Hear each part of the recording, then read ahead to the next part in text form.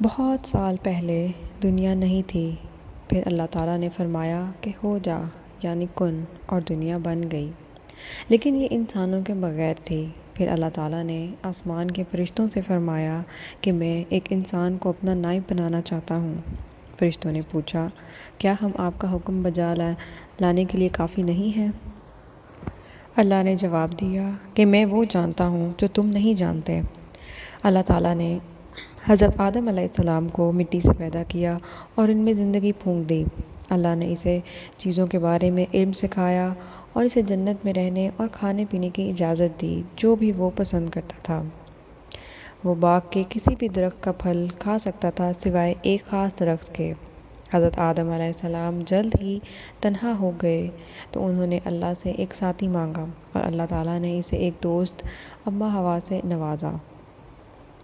حضرت آدم علیہ السلام کو پیدا کرنے اور انہیں دنیا کی تعلیم دینے کے بعد اللہ تعالیٰ نے اپنے فرشتوں کو بلایا اور کہا کہ آدم کو سجدہ کرو۔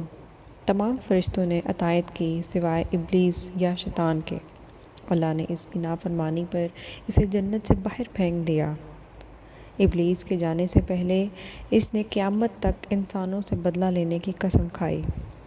ابلیس حضرت آدم علیہ السلام کو اللہ کی نافرمانی پر مجبور کرنے کے طریقے سوچنے لگا۔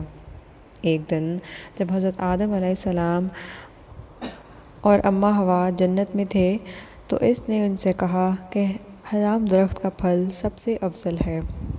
اس نے کہا کہ اگر وہ اسے کھائیں تو وہ امر ہو جائیں گے۔ حضرت آدم علیہ السلام کو ابلیس کی بات سن کر فتنہ ہوا۔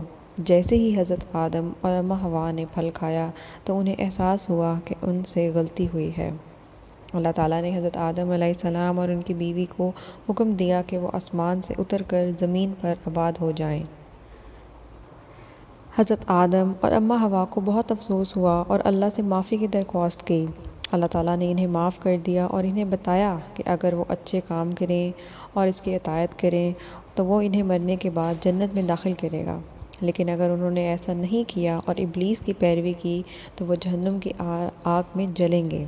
حضرت آدم اور اماں حوا نے ساری زندگی اللہ کی اطاعت اور اللہ کی خوشنودی حاصل کرنے اور موت کے بعد جنت میں واپسی کی امید میں اچھے کام کرنے میں گزار دی۔